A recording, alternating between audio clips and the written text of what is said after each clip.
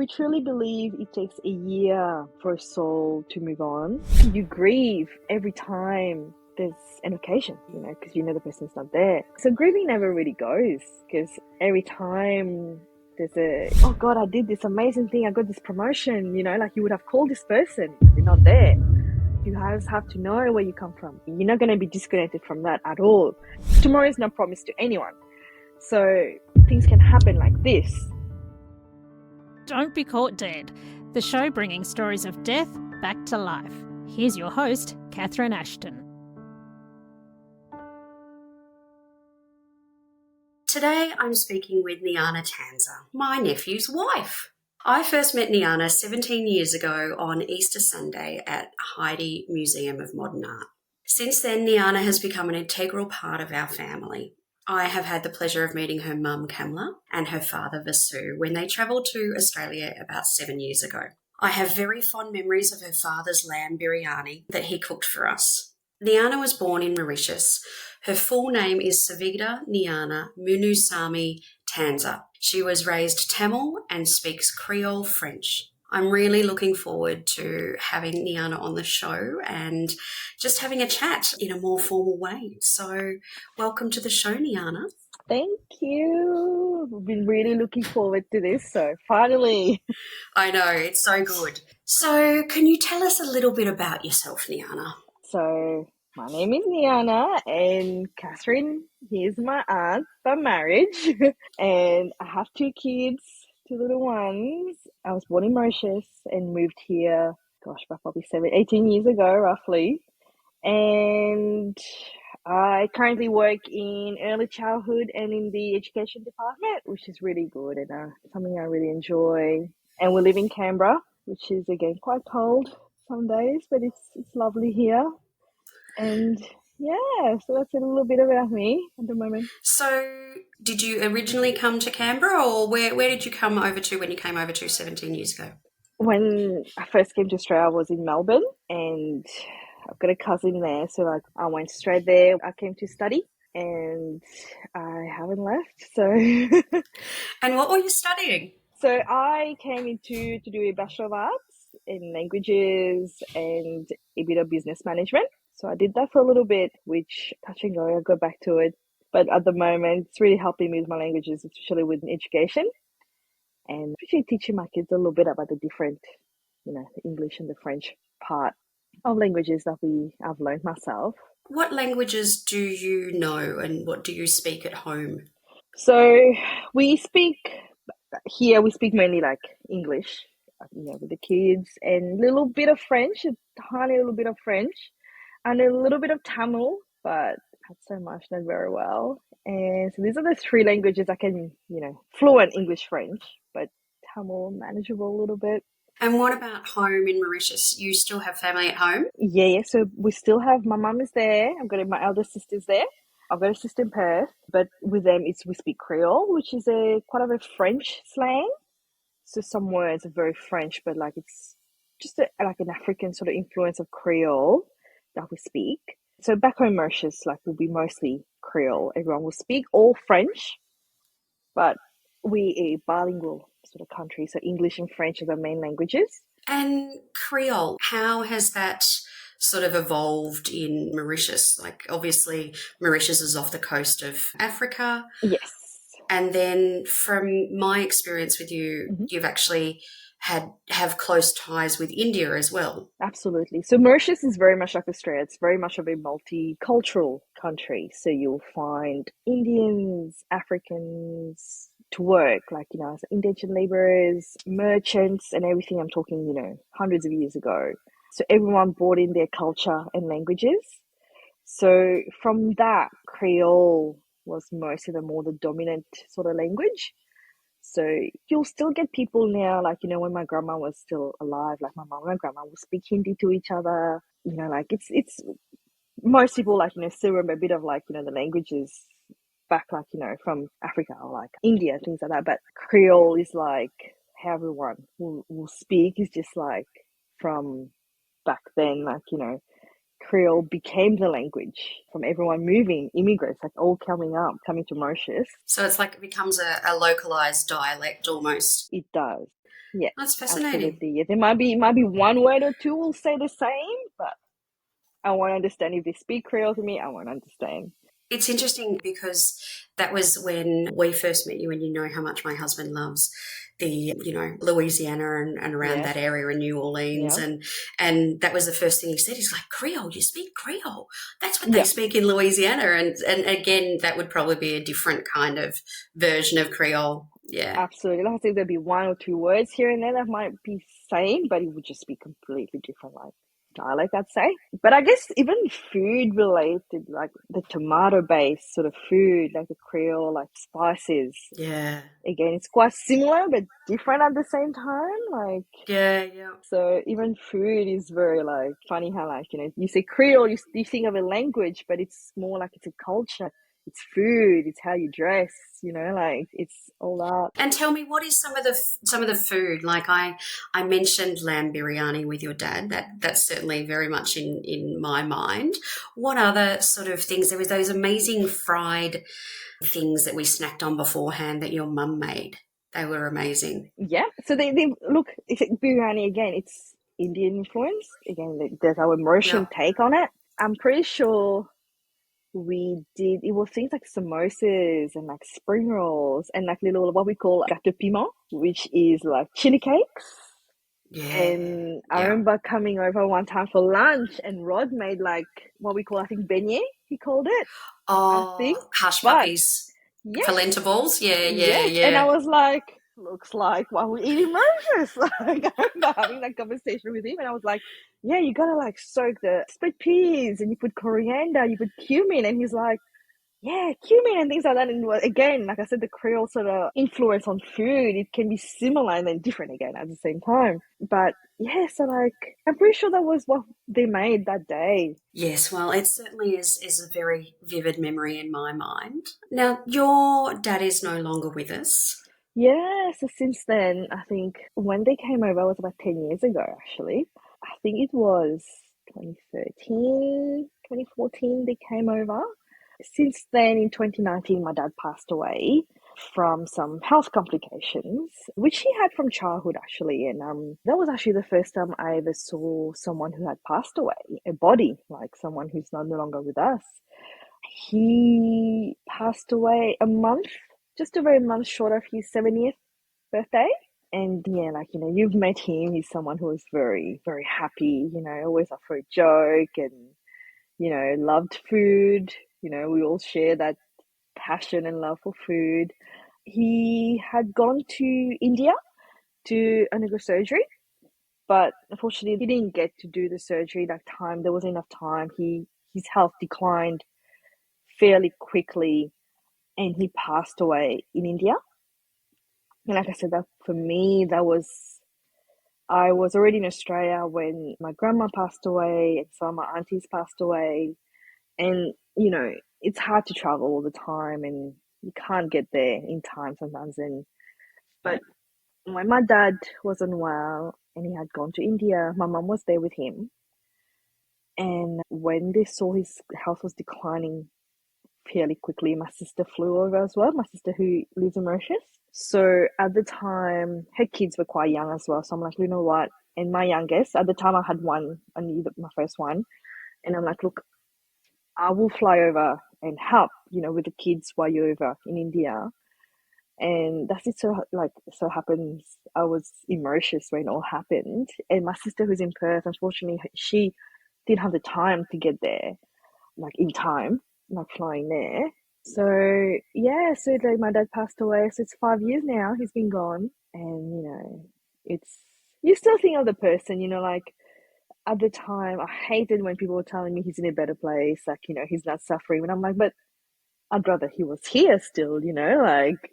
But then, as time goes by, you think like, yeah, he wasn't well, he was suffering. Now that suffering is gone, like, he was in hospital for a while, like I think 3 weeks or so, for like when his health declined, even very quickly, even a month, I think it was. And it's not nice. It's not a good feeling seeing someone who used to be so happy, go for walks all the time with like tubes here and there. Like, it's a very daunting sort of very heartbreaking thing to see.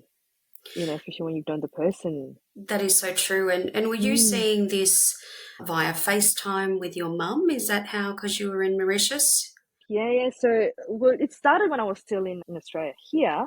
So we was all FaceTime. Luckily, like these days, from your phone, like we all have a little computer in our pockets these days. Like it was easy. You can just call and video call. You don't have to wait for like to be connected to like have a laptop or a computer. Like with webcams, how we used to plug these and Skype and all that back in the day. Like, so we just used to do like video calls, and she'd show us him, and she'd like, when he was okay, she'd send us photos, and we were able to connect with him at the time. But when his health declined, it was just, we couldn't, like, he couldn't converse with us. Like we couldn't, he was just like, sleeping well all the time because, a lot of like medical procedures, it's very tiring on the body. So, Mm. yeah. And when you say that this was the first time that you'd seen a dead body, Yeah, yeah, absolutely.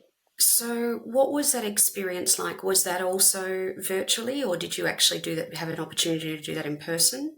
I was so that's the other thing now. So when he passed away, I was in Mauritius and they were in India. Then my mum had the option whether to do the cremation in India itself or do the repatriation.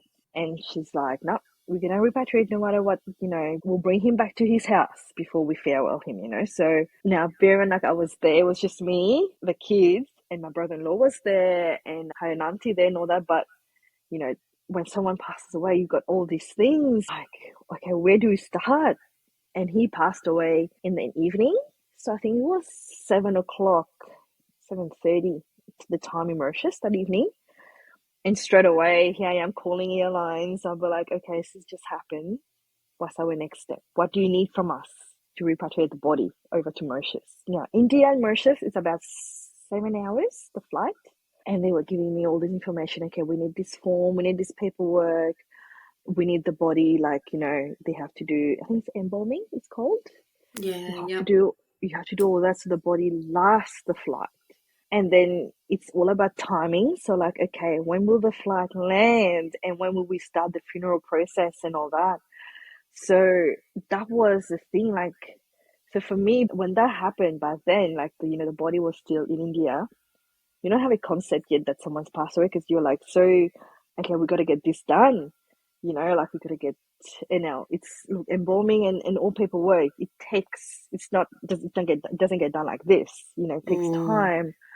So then I was communicating with my sister. We're like, okay, we need to do this, we need to do that. You need to go get this form and start this process. And then we'll send it to the airline, and then they can book their flights, like, move their flights to that particular flight. And so it was very much like, oh my goodness, like, it's something you don't expect will happen. and I'm assuming that your mum, Kamala, wanted to actually fly on the same flight as your dad's body, Yes, of course. so that's another logistic to actually consider in amongst all of that as well. Absolutely. So there was a family friend went with them. So that was her, my mum, my sister, just three, because they already had the tickets back home. But it was just like, we have to move the flight now, like, and then the airline, like what they have available as well. And the good thing with India, there's frequent flights between Mauritius. Like people fly to India a fair bit, so which is good. If it was somewhere different where there's only like 2 flights per week, it's even harder. I think pretty sure the flights are a bit more frequent. And 7 hours, it's long, but it's not that long. It's not like you're changing flights as Yeah. well, which would have been harder as well if there was no direct flights. But straight away, first thing I did when I found out that happened in my culture, we light a lamp straight away for that person. And you find a photo of them and you put a lamp. You light a little oil lamp, you light that. Yep. And you probably know, like, the little lamps that we use for Diwali, like the little diya that we call, like that we will light one of these and that stays on. So that was the first thing I did before getting on the phone. And then the, oh, he had like a funeral plan. So there's these companies in Mauritius where, like, it's like an insurance. You pay them like a monthly fee or so. And when your person passes away, they come literally take over the body. Like they come and take the body. They will come and, like, do set up like little tents because funerals in Mauritius, like people will come bring chairs, they will all sit, like it's like a wake. They will all sit together, like, people will come straight away. And that night, like, family members will come in straight away. Like my cousins who live close by came straight away. And even though it was like 10 o'clock at night, they all came and they're like, okay, we got to set up the house. We got to like, let's move furniture, because people will come, we'll need the space to do, bring the body, for prayers and all that. So, and people will come and visit. My auntie came like 7 o'clock, the first bus she could get, she came over straight away the next day. So here in Mauritius is very much like a very cultural thing. Like neighbours will come. I think like my closest neighbours came as well, came over. And by then, like, like my mum wasn't there, my sister wasn't there. It was just my brother-in-law, me and my teenager nephew's niece. And I was like, God, like, and then I had my youngest with me who at the time, she was only like 2 and 2.5. And she was like, what's going on? What's happening? And so you were in Australia when your grandmother died? Yes. And also an aunt had passed away, hadn't they? Yeah. So was this the first time you'd sort of stepped up as sort of in a matriarch kind of role where... Oh, like, absolutely. So that's from something I've never done before to like calling, like my biggest memory is calling the airline. I'll be like, what do I do? Because, like I wasn't going to make, the airline in Mauritius, like it's 24/7. I was like, I'm already here. I told my mom, my sister, no, like I'll call because they will tell me what needs to be done instead of them calling from India. So it was like, what? Like, like what do I do? And then passing on that information. And then my brother-in-law was looking after, like, talking to that funeral company to organize funeral. Like, okay, we need to the next day we need to start putting on the radio. You need to announce, like, the death and all that. And we do that. You'll be on the newspaper, and you'll be on the radio. Wow. Okay. Yeah. Look, Mauritius is a small little country, so.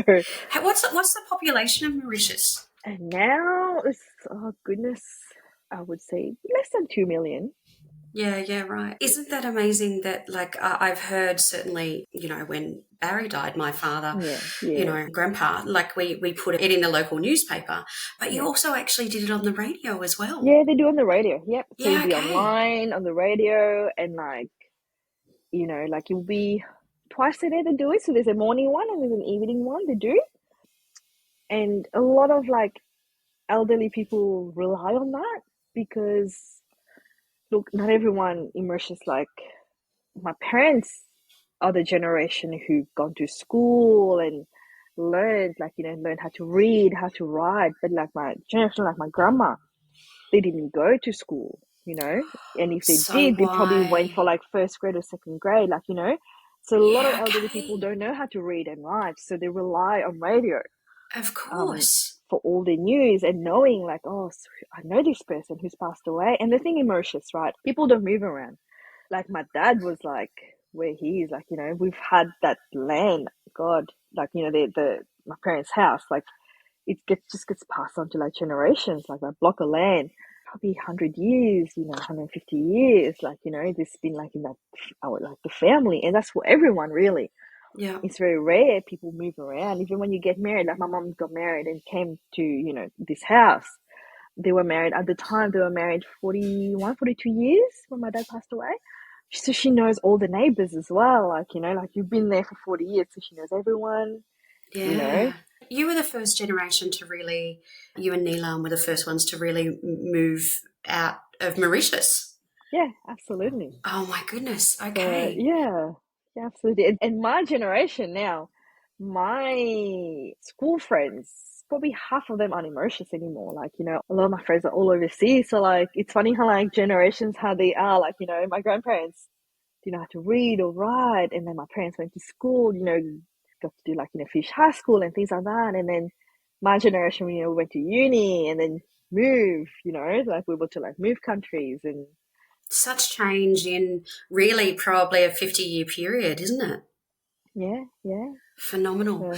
Yeah. And when you found yourself in this situation with your brother-in-law and your niece and nephew, so as I was saying, you hadn't actually been there for the other family members' funerals. So no. How did you go navigating that? Was it the funeral company that helped you kind of work out what you needed to do, or did you always know what you needed to do? No, so once we've sorted out repatriation and what's happening, then the cultural part came in it. So straight away, I'm quite sure for the first day or 3 days, you do not turn off the lights in the house. You light up the whole house. So at night time you go to bed, the light is on. Like you turn on in the main areas. Now, if you ask me why, I am not too sure. Like it's just something we've always done. Like I know. And my mum was telling me, turn on all the lights, leave all the lights on. And I remember her talking about it when my grandma passed away. Like, in her house, they stayed there and they had to turn on all the lights. So that was the first thing we did. And, like, the lamp, the first thing we do is light the lamp for that person. And what's the significance of that? Is that just as a memorial or? It is in a way, but also, like, it's a light for them. Like, it's like to light their way. And the god that in my culture we pray, it's Shiva. If you've heard about Shiva. So Yep. you play mantras and songs about Shiva with that lamp. Like you just play that all the time. I was turning it off at night because, kids need to sleep. So like, then organizing like what we'll need. But like I said, a lot of it got done in India as well. Like the clothes that the person was going to wear. So then it's traditional, like a kurta, traditional clothes that they wear. So my mum had that sorted in India. She did all that. But let's say if that had happened in Mauritius, so they would have bathed the body. So it's like in a way, it's like like the purification of the body. They would have, bathed the body and straight away wrapped it up in and put that traditional attire on them, like the night that it happened. And they start there'd be flowers, garlands, and things like that. You'd get straight away. And is there a particular flower that is used or? No, anything really, any flowers really. I remember the first couple of days, got roses for him, us girls, we all got him little roses and all that, but it's really like any flowers really that's available at the time. Look, in Mauritius, usually funerals happen pretty quickly, within 24 hours, 48 hours, if autopsy and all that needs to be done, they will do that, but it's fairly quick. So usually within 24 hours, 48 hours, funerals happen once someone passes away. Yep. But this one was a long process. I think it was either Monday or Tuesday he passed away, and funeral was until the Friday. Yeah, right. So for us, that was a long day. It was a long time because, again, the flight, getting all that organized took most of the time. And then the funeral company, the day of the funeral, or the day before, they came in to set up a big tent so people can sit underneath it, and bought chairs, this plastic chairs, picnic chairs sort of thing. They brought all that. Usually they would have provided a coffin, but because the body was flying in, it was already in a flight, one that can be on a plane. Yeah. So, and by then you don't move the body, you just left him in there. Yeah. But mostly what we had to do, so my brother-in-law was looking after that. So you got to find all the paperwork, birth certificates, because of course they didn't travel. He only had his passport with him. Yeah, of course. So you're going to need all this paperwork. So that was the hunt for all this, So my brother-in-law was looking after all this, all the paperwork sort of that we need required to do all that. So yeah, that was, look, like I said, until you see the body, it doesn't sink in, oh, someone's passed away. And then the day the body came as well, it just looks like they're sleeping, really. He had just been on the flight, and the way they had done the body, the embalming, I think that was the first time I've, touched someone like that. It was touching an ice cube. It was very hard, because they had to do it so the body would last the 7 hours on a flight. And everyone came, then when, we had people in the front of the yard, in the house, on the street, people who knew. So is part of your tradition that everyone, it's like a public viewing where they come and pay their respects and view your father's body and pay their respects to the family? And is that in the lead up to the funeral, or is that on the day of the funeral? How does that work? On the day of the funeral. So literally when the body came, it got brought into the house, and then everyone sort of lined up and to pay their respect to him. And it was open, like open cast, and everyone could see him and pay their respect. And like he was someone who was very, very, very active in society as well. Like I said, he's lived in that suburb, in that village his whole life. His parents did, so everyone, knew who he was. And I said he was very active with the community, so everyone knew, like, okay, he's passed away. So everyone came, paid their respect to him and my mum, and in that time, so there'll be prayers that gets done, the mantras, like, the songs, everyone singing, like, it's just to help the purification and helping the soul to move on. And also in my culture, like the women, when they get married, they have to wear like a necklace, which symbolizes like a wedding ring. So this has to be removed because that's like my mum, because her husband's passed away, so she can't wear that anymore. So there's a prayer for that as well for her, like to get to remove that. And does it follow a certain structure, Nyana, or like, and just so I'm trying to get my head around how this works. So in the lead up to your father's body arriving in the home, you've already got people who are arriving and giving their respects and checking on you. And do they provide food during this time? Yes, so they did, because my dad was getting cremated. So when that happens, you're not allowed to light anything in the house, and it's all gas stove in Mauritius. So we weren't allowed to cook, to prepare anything. So neighbours and family members brought us all our meals, like tea in the morning, like breakfast, snacks. So it's part of that cultural thing, like, and that, like I said, by the time he passed away and to the funeral, there was a good 3-4 days. So for 3-4 days, we didn't cook, and we relied on family, like, neighbours, like to come and bring food for us, which they did straight away. Like, even though my sister was like, organizing with the phone, like people knew, like straight away. We had a family friend whose husband passed away not long before that. And I remember she came in the next day and brought me like a big basket, and it was like, she made tea, she brought milk, sugar, everything. And she made like fried food, like for us to eat. They were asking me, like, because like I said, I had my youngest with me at the time. Like, I had only the one, and she was 2.5. And I said, she wasn't understanding what's going on. And at the time, she wanted to eat this and eat that. And they were like asking me, like, and it had to be vegetarian food as well. So you fast as well. It's only vegetables you eat. There's no meat. You don't eat meat during that time. So, like I said, you rely so much on families and neighbors, like to help you with things and set up. We had to take up, like, make the walls all bare in the house. So I remember, like, when the neighbors was coming, like, she came out with me, and she was just pulling everything out. She's like, where do you want me to put this? And so you have to remove all of the adornments from the wall. Yeah, you're in mourning. So, like, so you took everything off the walls, and you just take everything off. And like, I remember as well on the death funeral, we had to cover mirrors and things like that. I don't know why. It's just something that, family, the ancestors always did. So it's like something that just carried on. We just do it. Yeah. Yeah. And I never thought about asking why we did this. Like, I think it's just a cultural thing. Like, Well, I suppose it's something that you've always just done, isn't it? yeah, absolutely. But I have to say that there is something in the fact that your tradition has recognised that people who are in mourning and in shock and in that sort of state of grief, that they probably can't really digest really heavy foods during that time. So it's actually adopted to a more vegetarian, lighter diet. And then also the fact that it's actually encouraged that, you're not the ones cooking, but it's the community taking care of you. Yeah. That is a beautiful thing at a time where you really need it. Yeah, exactly. I'm not sure if it's related to the cremation part of it, like that you don't light a fire, because the next fire that's getting lit is either for prayers like lamps or for the pyre. Like, yeah, right. So I'm not sure.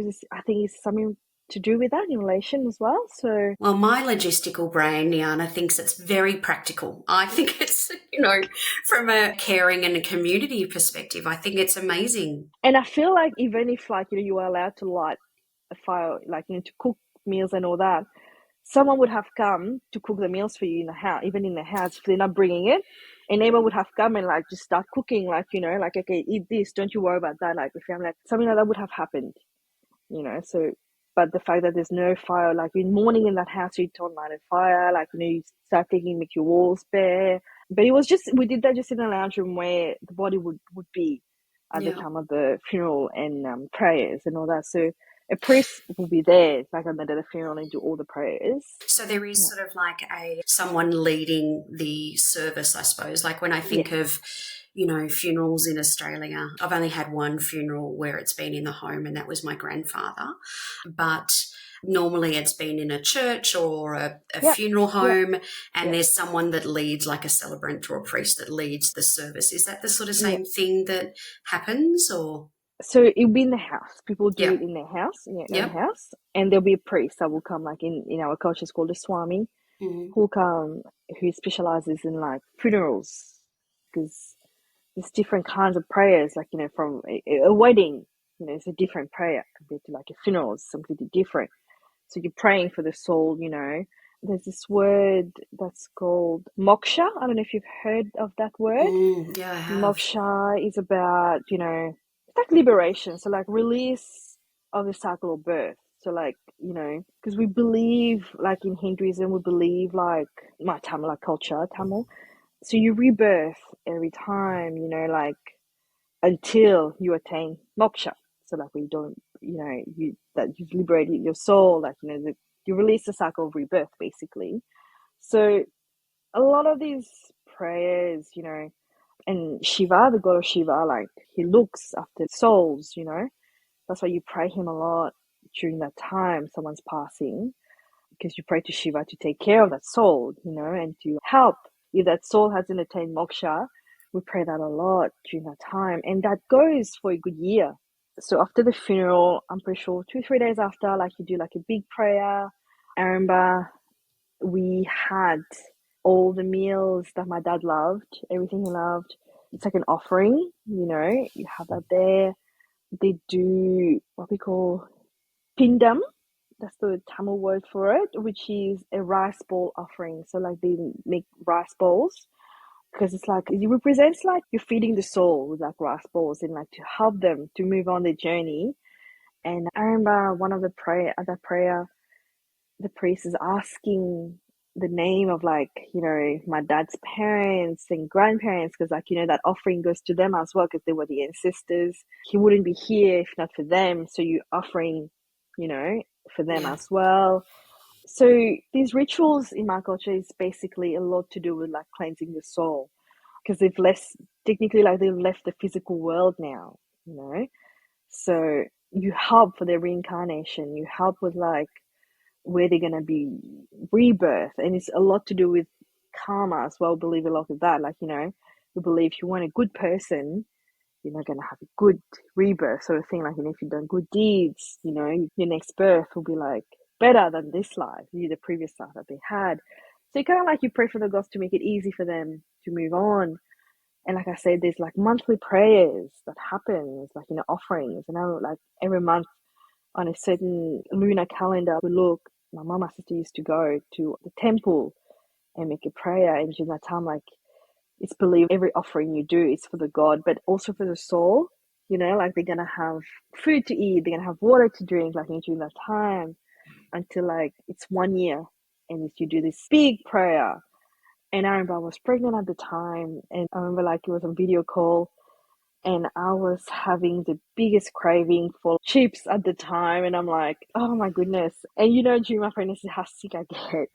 And like I remember watching, and I'm like, go right now, and I'm like, could this craving like come at a later time? Like, and oh my goodness, I remember that memory of it.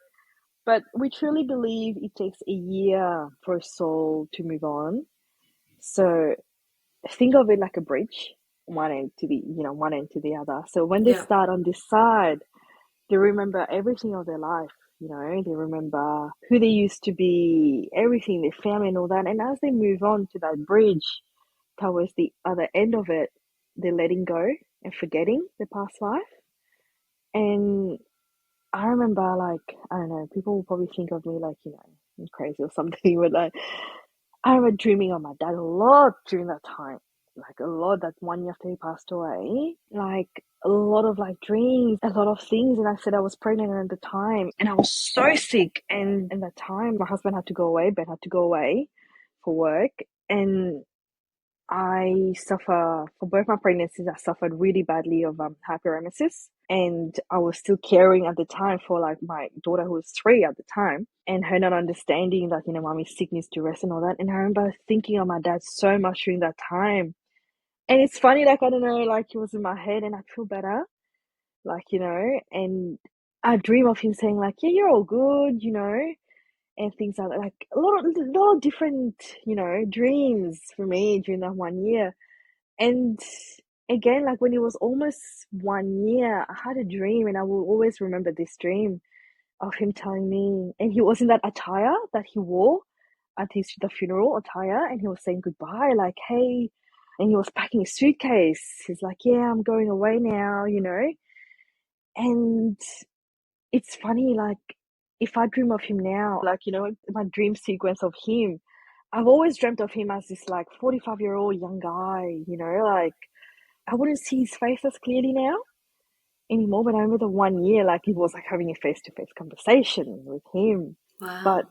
yeah, but like I say, like his 1 year with us, that's why I believe his 1 year with us is finished. He's moved on now. Like, even though I know they say like his souls are still around, I know he's still around, but like actually that was my experience with that. What we talk about, that 1 year of having the soul around you, that was my thing. And like I felt him a lot during that time. Like he passed away in the month of August, and it was around that time like that 1 year finished, and I started getting quite sick with my pregnancy around August, like the 1 year on. So it's very like, I truly believe in that. It takes my like what my culture. At first you're biased, you're like, yeah, nah, and until you really live it, you're like, wow, that actually happened to me. And how do you think that sort of affects your grieving process when you know that effectively you're losing him, I suppose, a second time? Like you've lost him in the physical world, and then again, you've only got him for that 12 months of being in the sort of spiritual realm that he'll know you and then moving on. Yeah, I know. So the grieving process, like I said at the start, you're like, oh God, he's gone. Especially like around festivals, you feel it a lot more, and birthdays and things like that. We were always big in the family celebrating birthdays, and he'll be the first one to go buy someone new clothes, and he'll get the cake and things like that. But we celebrate Diwali, the festival life. So I told you he passed away in August, and Diwali was the next big thing we were going to celebrate. And so the 1 year you're in mourning, right? So you don't do festivals like Diwali and like the Tamil New Year and all that. We do, you don't celebrate any of that. So it's like you grieve every time there's an occasion, because the person's not there. Look, you're busy in your everyday life. You tend to like, okay, we'll do this. You go to work. You come home, cook dinner. You redo it the next day again, and then a festival will happen, and you're like, you would have called this person that day to say, hey, happy Diwali, and his birthday, he was going to turn 70 in October. And so like a milestone birthday as well, you're like, oh, he would have been 75 this year. Like things like that, you remember, that's your grieving. So grieving never really goes, because every time there's an occasion, or like, oh God, I did this amazing thing, I got this promotion, like you would have called this person, but they're not there. But like when you mention like, the physical and spiritual thing, you kind of like physically, like I said, you're not calling this person anymore. So like it's a grief process. But I guess spiritually, like, they've rebirthed somewhere. You can just hope like, I hope you're like somewhere better than what your life was, like you're born healthy, and all things like that. So spiritual part, I think, is a little bit easier than the physical part. The spiritual, you're like, okay, even if you attained moksha, like we said, you're with Lord Shiva now, your earth sufferings and pain, it's all gone, and you're happy, and we believe you're there with your mum now, like, his, dad, your sisters who's passed away, like you're all together now. So that is the belief that that's when you're reunited with the rest of your ancestors. Exactly, Yep. like, and you're with God, like, Lord Shiva. So like either way, you're not suffering. That suffering that you had here, it's finished now. You're not in pain, you're not having to take medications every day, you're happy, you're not in pain, basically. And how do you think that, and I suppose it probably might be a difficult question to ask because it's all that you've ever Yeah. known, but how do you feel your belief and the fact that there is the ability to obtain moksha. How does that sort of impact on your grief? Is it, I suppose, lessened by the fact that you're knowing each time? Does it make sense what I'm sort of saying? It makes sense. Yeah, that's what I say. Like it kind of like it lessens the grief a little bit because you're like you've attained that moksha, like you're liberated. Like you don't have to rebirth. You don't have to go through life again, life's pain. Like because life has all its up and down. In a way, you're like even though you don't know where, like if he's reborn, like you can only wish, like his life will just be there's only ups. But like you said, if he's attained moksha, it's kind of like he doesn't have to go through that again. So it kind of like lessen the grief a little bit, and that's why we like to think like that's why we do all those prayers to make hopefully he's attained that, and hopefully like or if he's rebirthed somewhere, hopefully it's been a smooth journey, and the journey will be a lot better than what he's had the previous life. So you can only wish like every life someone's had is better than the past one. Yeah. And have you heard stories or have you experienced personally whereby people have come across perhaps someone they believe may be the soul of someone they've previously met? Yeah, in a way, like you get that, feeling that they've sent someone to you, Yeah. Yeah, like, my youngest was sent to me, especially handpicked, because my dad never got to meet him. My dad passed away in August and my youngest was born in March.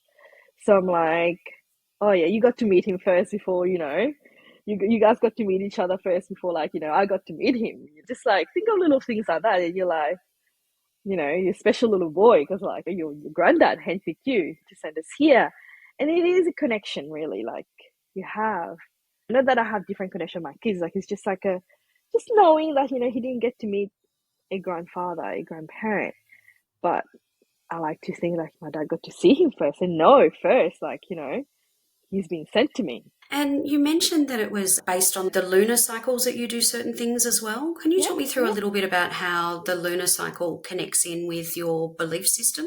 yeah. So we believe a lot in like horoscopes and things like that, like lunar positions and things like that. Like even when a child is born, based on like the time and the day and the like positions of like moon and things like that, like what their name will start with. So for me personally, I like my family, we all followed that. I follow that with my kids as well, like what their horoscope based on the time and the day they were born, what their name should start with. And is that the letter it should start with, or? Yes, the letter or the sound, either the letter or the sound. So both my kids have that with their middle names, because I'm like, that's their connection with my culture. You're going to have this name. This is the name that, my mummy's culture will believe in this, and this is your middle name. And can you talk me through the naming process, like how Yeah. that is derived? Like, is there a guide that you follow, or how does it work? So that's where, like, you will talk to a priest, a swami, and they will do based on, like, they've got, like, a horoscope book. Yeah. And the name is not coming to me right now, like, what it's called. But they've got, like, a book that they just, like, match it, like, almost like a little math calculation. And, Yeah, like, right. what letter matches at that time. So it's very important to have, like, exact day, exact time of, like, when a kid's born. But, and again, the same will go for prayers as well. It's like auspicious times. There's such a thing that's it's not a good time, and there's like an auspicious time. So like when there was those monthly prayers that had to be done, the priest would tell my mum, okay, you got to go either like in the 27th, you go on that day to do that prayer, you go before midday, So they used to do that. So every month there was a certain day that they had to go to do these offerings. So I said, we believe that even weddings, when you get wedding, are based on two people's horoscope as well, which is what Ben and I had in Mauritius when we were there. Like we had, and that was a very lovely 4 a.m., 5 a.m. wedding, because that was the time it had to be. So Yeah, that's right. You had. the very organized chaos he still remembers. And look, things like, funerals, wedding, it's always an organized chaos with everything. So And take me back to the offerings that you were mentioned with yeah, the little rice balls with yeah. your father's body. After the funeral, how is the funeral concluded at the home for your father? On the day of the funeral, it's all about blessing the body, blessing the soul, to do prayers, and to basically, like I said, my mom had to take what we call a tali. The married women in my culture in Tamil, they wear. So it was prayers about that, because now she's a widow, so you had to like pretty much end the marriage is finished now. So I think like the physical marriage of them both is finished. So like you had to take that off for her, and like, you know, everything she wears as a married woman, even colors now, she like, you know, they say you don't allowed to wear like bright colors, you know, like reds and things like that. You don't wear it. So the process then, like the rice ball comes afterwards, like the prayers, like leading on the days leading on after. So there's prayers about the body leaving the house, so saying goodbye to that house now. Like, you know, he was born in there, like, you know, you're leaving that house. And then they go, and in my culture, like, you know, we do cremation. You can do both burials and cremation. My dad always said like he wanted to be cremated. So then the cremation process happened. It's one thing I like, one thing I don't quite like with this, only boys do it. So it's either like the eldest son or the eldest male relative. So in my family, with three girls, so my brother-in-law did it all as like, you know, the like taking the role of a son. So they have to shave their head as well. Like, you know, you have to shave his head, you cut your hair. So they go to the cemetery and do more prayers there. And the son, he's the one, like in the eldest male relative of the son, he's the one who has to light the pyre, as they say. And that's where then he concludes it. And as he do it as well, like I said, I wasn't there when that happened. So my nephew was saying, like, when you do it, the moment you light it, you walk out, you don't look back. And all the male relatives are the ones who go there. And they're the only ones who do it. It's a cultural thing. Like, you know, women didn't do it back in the day. So it's like, how do I say it? I think in a way, it's like passing the responsibility to the next male in the family. Like, you know, I think in a way, the cultural part of it, like I'm sure it's okay if like us girls went there, like there wouldn't be anything would happen, but it's just more like what culture they used to do, like, you know, things move from male relative to male relative to male relative, Yeah. you know, that And is it the same, Nyana, like when your mum dies, you can't do that either, can you? no. So it really is just a male thing, regardless of whether it's the female or male matriarch or patriarch dies. Okay. Yeah, it's a big And deal. tell me the role with horoscopes, and then there's also that spiritual aspect as well too, isn't it? So have you experienced or talked to any mediums or anything along that line? How does that play in? That seems to kind of sit sort of naturally with that. So could you talk me through your experience of that, if you don't mind? No, I'd also, like I was telling you, I had my little encounter with a medium. Because, so, look, for me, it was very important to me, like, in a way, like, I didn't have closure. Like, you know, when my dad died, I didn't cry either. Like, for me, it was surreal. Like, I think I cried when I found, like, I learned the news of it. But then I think I didn't cry for, like, a couple of days. I didn't. Like, it was just, like, a numb feeling. And, how do I say, like, also a bit of happiness. Happiness in the sense that, like, I saw how much he was suffering from, like, just video calls and photos that I was sending. I saw how much he wasn't him anymore. So for me, it was happiness. Like, he's not suffering now. That's over. You know, that's done. He's like, you know, there's not six, you know, needles everywhere with him or tubes, like, you know.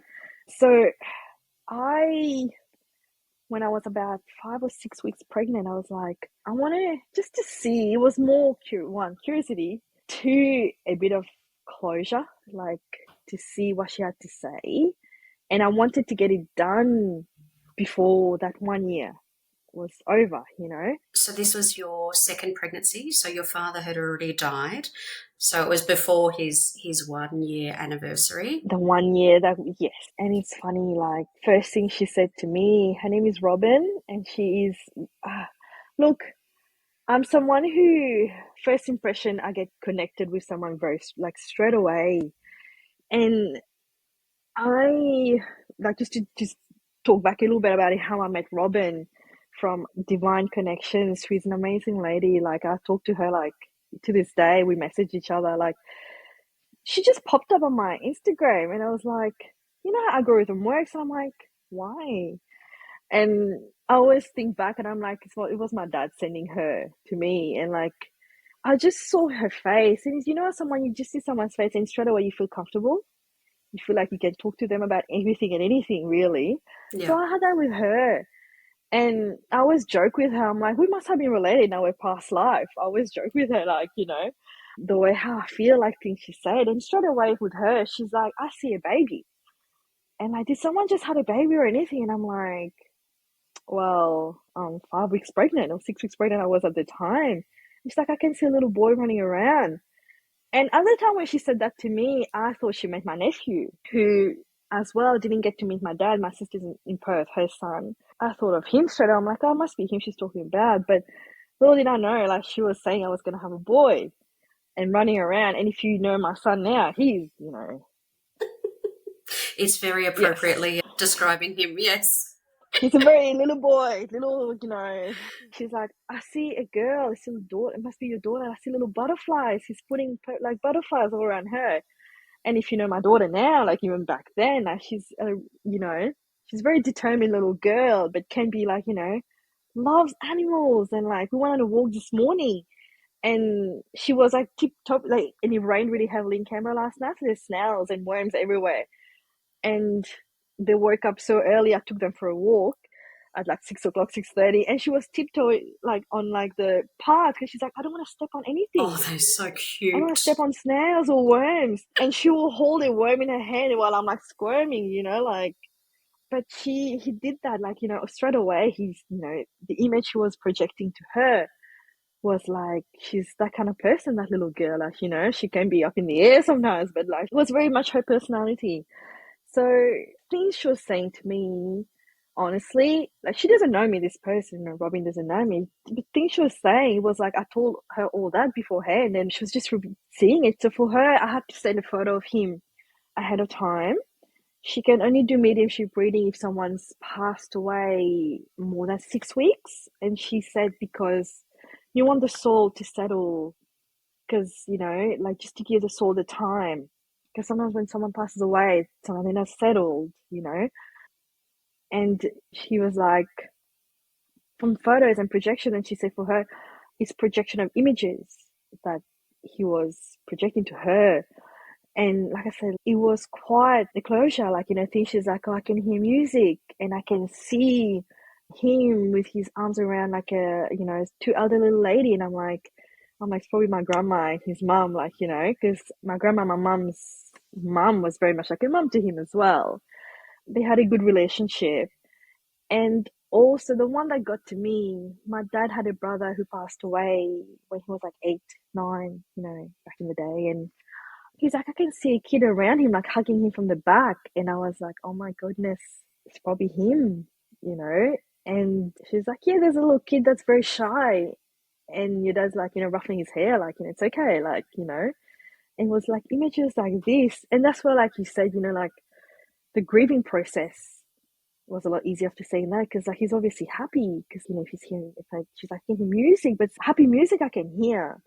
And I'm like, yes. So like, it's probably what he's projecting to say he's happy. So that was quite an interesting, like, it was meant to be an hour. And I think Robin and I probably spoke for like an hour and a half, 2 hours, because she was quite unwell. And Robin had breast cancer and she didn't do any reading for quite a while. And when she was better and she was okay, I was her first reading back. So look, it's personal. Like, some people don't believe in mediums and some people do. And like I said, experience that I've had with her, things she said to me, there's definitely a connection there. There's definitely something there, like out there, in the body, like the soul, like, trying to communicate with someone. And like I said, it was an amazing experience and gave me a little bit of closure as well. Having that definitely helps with the grieving part, because for me, it was grieving. Like, I was able to take my oldest back to Mauritius when she was like, 4 months old, 5 months old. Like, my family got to meet her and he got to meet her and hold her and all that. But my youngest didn't get that. So that's another level of grief as well. Like, what could have been, what would have been, which you don't have now. So having that little closure, you're like, definitely helps with like a grieving process a little bit. And moving forward, Nyana, do you still honour your father? Do you still talk about your father? How are you sort of moving on with the next sort of phase and your own children? Like, yeah, absolutely. So we recently that finished 3 days ago. We like a festival of the dead we have in my culture. We believe there's a certain time where, look, souls are like closer to you on, like, the physical sort of earth. And during that time, we pour water. We do more prayers and all that. And so I think the kids saw me do that. So like you believe like you're pouring water for the past families. Look, I still do prayers if there's something like especially around like Diwali is the next thing that's happening next at the end of the month, start of end of October, start of November is Diwali. So there will always be a prayer for them as well. A special prayer where you honor the past family. So there'll be like food laid out for them and all that. And Diwali, it's about sweets. You make cakes, you know. So there's always will be prayers with this as well. So the kids have seen me. That's one thing I do here since having kids every year, like Diwali.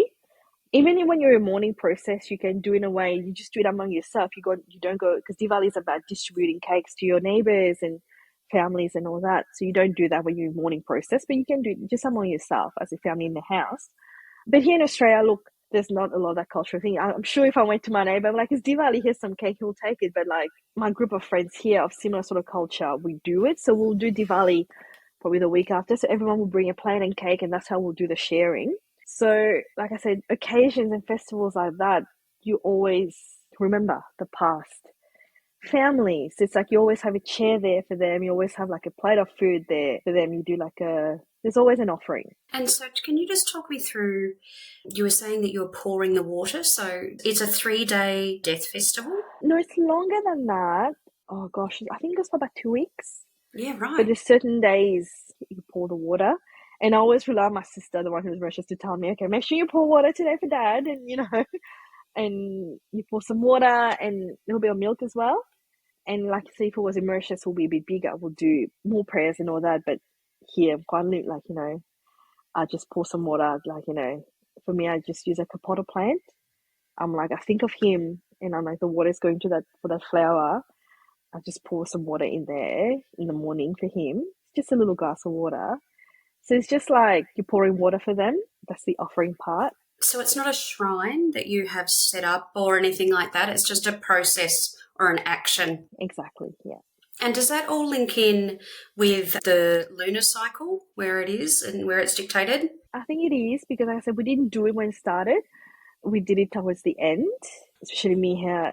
Like I did it then, and I'm pretty sure it has to do something with that. Even though it was a festival today, like you know, the past people, like it's like a festival.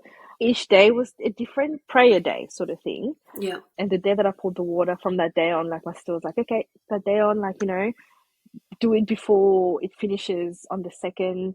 Make sure you pour some water. So, like I said, I wish I knew more about it, but it's just like you know, even her as well. Like you know, it's what we've learned from like grandparents and all that. You do it on certain days. You do that. Why do you think that you're obviously in Australia, you're very much removed from your family, as much as we love you in our family, but you're quite removed from your family. Why do you think that it's important to you to hold on to these traditions? Look, been in Australia half my life, if not a little bit more now. So like you get disconnected with things that's available there that they do. Like you tend to do it here. One, time difference is different, like, you know. So if something has to be done in the morning, it's like midnight then. I'm like 6 o'clock here, okay, I'll do it now. And then I'm like, what do I do? So like, you know, my sister will message me the time before. But the important thing is like, I do it mainly for my kids because I'm like, you guys have to know where you come from. You're not going to be disconnected from that at all. Even though I don't do it like, you know, 100%, even if it's 50%, that's 50% that I've passed to you in a way. So what if you have kids as well? You'd be like, oh yeah, grandma used to do this and do that, and we have to do it as well. Same like language, French, like, you know, they have to learn this because I'm like, one, it's where, you know, mummies learn this, you know, like we speak French in Mauritius, Creole, it's a plus to know. But like for me culturally, you have to know this. So like Diwali, like I said, other friends here that I met through my mum's group with my youngest one, again, some of them from India, you know, different sort of cultures as well. So they try and do it here. So because they don't have family as well here, like right in the Canberra here, so we do it together because they as well want to bring that culture for their children because, you know, it's what it was back home growing up. It's what we have. So it's very important in a way, like, you know, you have to learn these things. Where you're from, you shouldn't cut it out, you know. You pass on as much as possible. Yeah, and it's, you know, the more research they do it now is it's really embedded into your DNA with epigenetics, and you are really a product of your ancestral history in more ways than one. So, Absolutely. And like recently, Canberra had this art exhibition for like they wanted immigrants to participate in. And I saw this, I'm like, yeah, I have to do something, like, you know. So for me, again, a cultural thing, I'm like, the kids have to know. So I did it, I'd paint as well. well, don't just paint. You're a very good artist. Oh God, I hope so. You are. So for me, so Mauritius do what we call a Sega. Any Mauritian you'd ask what's Sega, everyone would know what Sega is. So it's like a dance that Mauritians, you know, we all know about it. It's like a folklore sort of dance. So for me, my painting, I wanted to bring that. And what the exhibition was about was like bringing your culture with Australian culture. So what can you put together? What can you do that merges your the two cultures together? So for me, it was doing this lady dancing with Sega dancing, and when people do Sega dancing, it's this massive flowy big skirt. It's a lot of drums and all that. So I did that, and in the background was like I did eucalyptus leaves because for me, I love Australian flora, like you know, like fauna and flora. I love it. I absolutely love it. For me, that was the best way to do it. So like her skirt, I had like wattle flowers on it, and at the bottom of it, I brought in my hometown as well. So my kids saw me do this, like, you know, mommy, what are you painting? What is this? Can we help? And like they're grabbing their paintbrush as well to come and help me do my painting. I'm like, nope.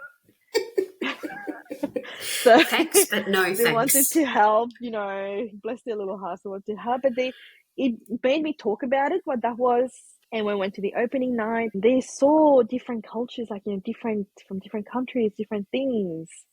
So, like I said, culture is a big thing. You got to hold on to, especially when you move around. So if one day even they decide to leave Australia to move somewhere else, so they have like, you know, Mauritian culture and Australian culture, like I want to like for them to have with them, and then, you know, to always carry that, and, you know, because that's part of who you are, really. I think that that's really beautiful, Niana, and what I also like is the fact that you're so open to also, just embracing things that you see from other cultures as well, and Mm, in embedding those sort of traditions in your family. yeah. When we recently caught up, it was Chinese New Year, and the kids had what's the little tradition that you have with them that you've developed as a family that you've done with the little token gifts that they get, the little money pockets or something. Hangbaos. Yeah, there you go. So Yeah. hangbaos. So like in Chinese culture, like, you know, you give money to kids in little red envelopes. I think the significance of it is like good luck kids. So they get a little note in a little red envelope, which they call hangbaos. So Ben and I, since having kids, were like, no, you know what? We'll bring that to them. That's like a little, it's just $5, you know, you put that in a little envelope and it means the world to kids. Like, oh my goodness, $5, you know, like it's just more like this is, do you want to buy something with it? Do you want to save this money, or, you know, buy something with it? But it's like a little good luck, you know, to start the new year. Like, and I should say, for me, like I said, Mauritius is very, very multicultural, right? So there's public holidays for Chinese New Year, for Diwali, you know, there's public holidays for like each culture has their public holiday. Now, when, like, for example, Chinese New Year, I have a neighbor who will come and bring little like spring rolls, or like, you know, things that they've made for the like cultural food. They will come and drop it, you know. So, and then for us as well, like if there's been a prayer, like in Tamil, we do what we call 7 curries with rice and all that. So that's like a typical Tamil sort of meal, like, you know, every prayer, wedding, and all that. So we'll tell neighbors, come eat, or if there's leftover, we'll go and drop it. Like, you know, this is how everyone, each culture knows of each culture's like festival, and like, because there's always like sharing. And, you know, look, back in the day was a lot more. Now, unfortunately, with time going by, like, you know, people losing that a little bit. But that's how I knew about it, and Ben knows about it. And so we brought that, and it's funny, like they do the dragon dance and all that. So just the blessings, the dragon dance is like the blessing of like a business and all that, you know, that they do here. So just up the road from where we live here, the shops, they come and do it. So we take the kids, and it's meant to be good luck to go and pat one of them. But as you know, Melbourne does it so much, you know, it's huge. And we planned it that way as well. Like, we'll be in the city and we'll sit and the kids can see what that's about. And I remember we had Chinese food, we had Asian food that day as well. Yeah. Yeah. So it's just look, bringing little cultures like that to the kids. I feel like if we don't pass these to the kids, they just, it's going to die with us. So it's up to them to like partake in things like that and especially respecting it, Other cultures have this certain festival that they do and all that, so you respect it because, and then they will respect yours as well. So that's why we always do that. We always just give them a little hung bao, and usually straight away go to the shops to go get lollies or something. But it's like a little, and we believe in like for New Year's as well, like Tamil New Year, which is in April, we wear brand new clothes, It's not just the New Year, the 31st of December. So each culture have their own New Year's as well. So we do that as well in April. And the kids, will do, again, there'll be prayer, we cook food, we eat, they get like, you put new clothes on. So the kids know that. So, oh well, the oldest knows that. So. And I'm sure the youngest will come to know that as well. Oh, he will. At the moment, he's just like, what's going on, but he will. And is there anything else that you'd like to share with us about your culture or your traditions? Well, I feel like my Tamil culture, basically, like mainly, it's a lot about respect and, like I said, you do the prayers and things like that. It's more about how like the community is as well, like as a family and all that. So look, grieving is a very hard thing that it will hit you whenever. You could be driving one day and just hits you, like it's done it with me. So I feel like people understand, like as they've been through it with you as a family, as like, even your neighbours and all that. So grieving is nothing to be ashamed of, really. Like, we all grieve differently. I never believe like grieving will stop, like for that person, because you're grieving a particular person, idea of them like when they were there and all that. So, don't keep your grief inside, just say it out. Like, grief happens. It's part of who a person is. Like the person's gone now. So you always like, in the memory of them. So grieving, I think I feel like it makes you not forget about that person. And part of my culture, like I said, for that month, every month you're thinking of that person, you're doing this special offering. So even now, like it was just the 5 years anniversary. So my mum went, I think they did a prayer, did a little offering, the temple and all that. So you remember the person as much as you can. And I forgot to mention, like here, I think the funeral I've been was past funeral. So that was completely different as well. That was like, it wasn't at home. It was somewhere else. And like the way, again, the grieving is different. You have like the wake is different. It's just, each culture do their own way that they've learned, and, that's been passed on again by grandparents. Like, this is how we do it. And again, the grieving, there might not be a monthly thing, but like you remember that, a month later, that day, you remember them. And then when the year anniversary happened, like you still remember them. Yeah, I think that, I always remember Nyana just referred to Pa, and that would be my father when he died. So he died 10, nearly 11 years ago now. And that was completely unexpected. He died of a stroke at home. And his funeral was very much one that he had planned himself. He wanted a RAF chaplain, and he wanted it in a church. And he wanted a particular funeral home to do it, and he got all of that. So he got the traditions that he wanted to. So yeah, exactly. And you know how I said in my culture, like, the cremation.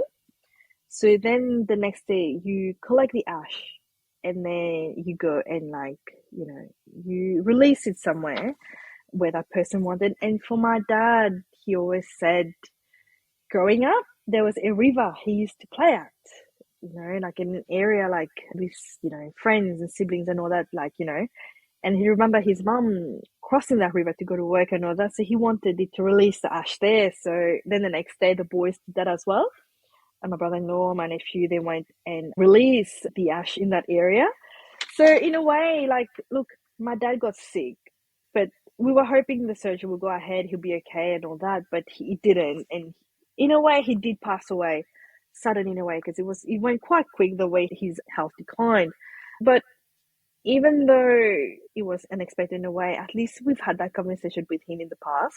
He said, I want it to be, I want to be cremated. You go release the ash in that area. So in a way, that helps with your grief because you've had that conversation.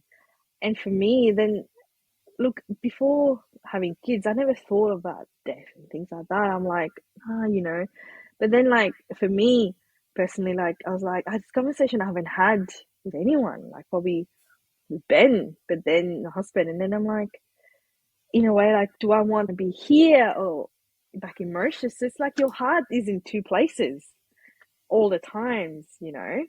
So it gets you to think, like, you know, why would I want to be in like a situation like that? Because you look, tomorrow is not promised to anyone. So things can happen like this.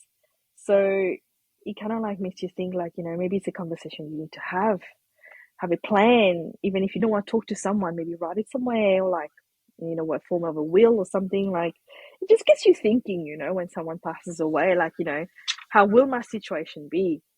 And it does make a difference, doesn't it, when you feel, I think being a daughter, you know, both of us have been in that situation where you're the daughter, and to know that you're going through the process that is what they would have liked followed makes it a little bit easier, because you kind of feel that at least you're honouring them the way in which they requested to be honoured. Exactly, yeah. So, like I said, it helps, like, you know, because then you would have thought, like, even though, let's say he didn't say where the place he wanted the ash to be released, you're like, it will always be on your mind, like, is that the place he wanted? Yeah. You know, like, did I do right by him, like, to do this? Like, he did say cremation, so we did that. What do we do with the ash now? So, you know, like... Yeah. That's the thing, is that it's having those conversations in their entirety. It's not just making that one decision, because then you're left with, well, what do I do with the ashes?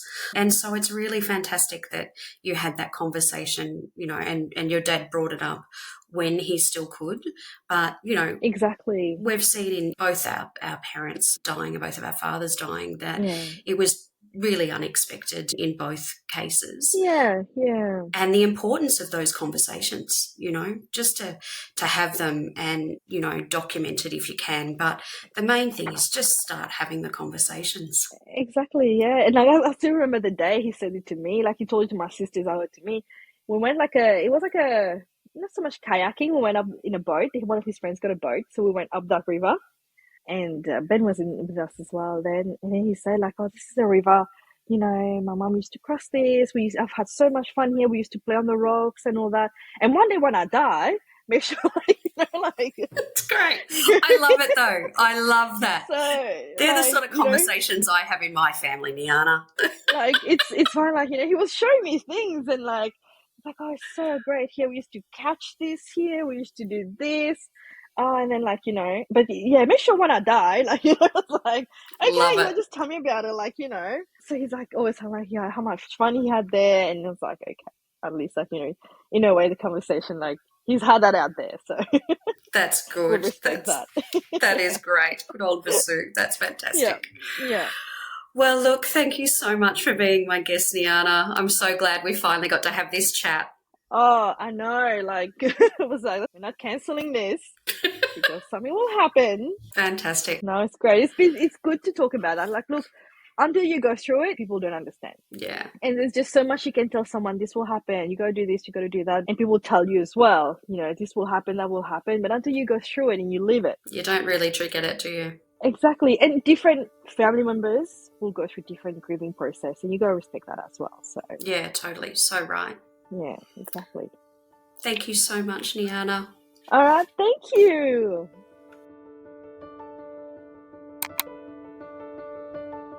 Don't be caught dead forgetting to subscribe. And here are some more videos we know you'll love.